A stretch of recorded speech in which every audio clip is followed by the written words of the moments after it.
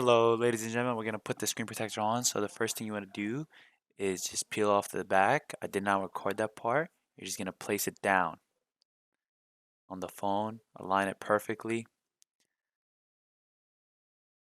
Next thing you're going to do is going to squeeze out all of the air bubbles.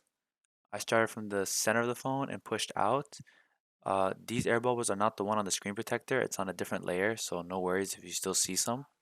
Next thing you want to do is put the squeegee on the bottom line and lift the second tab up until this piece of plastic comes off, and you want to slide your squeegee as close as you can toward the phone all the way to the top.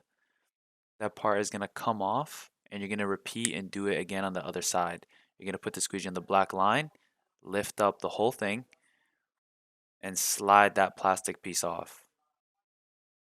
Now from here, you want to squeegee everything nice and good, and then remove the final layer, and you're done.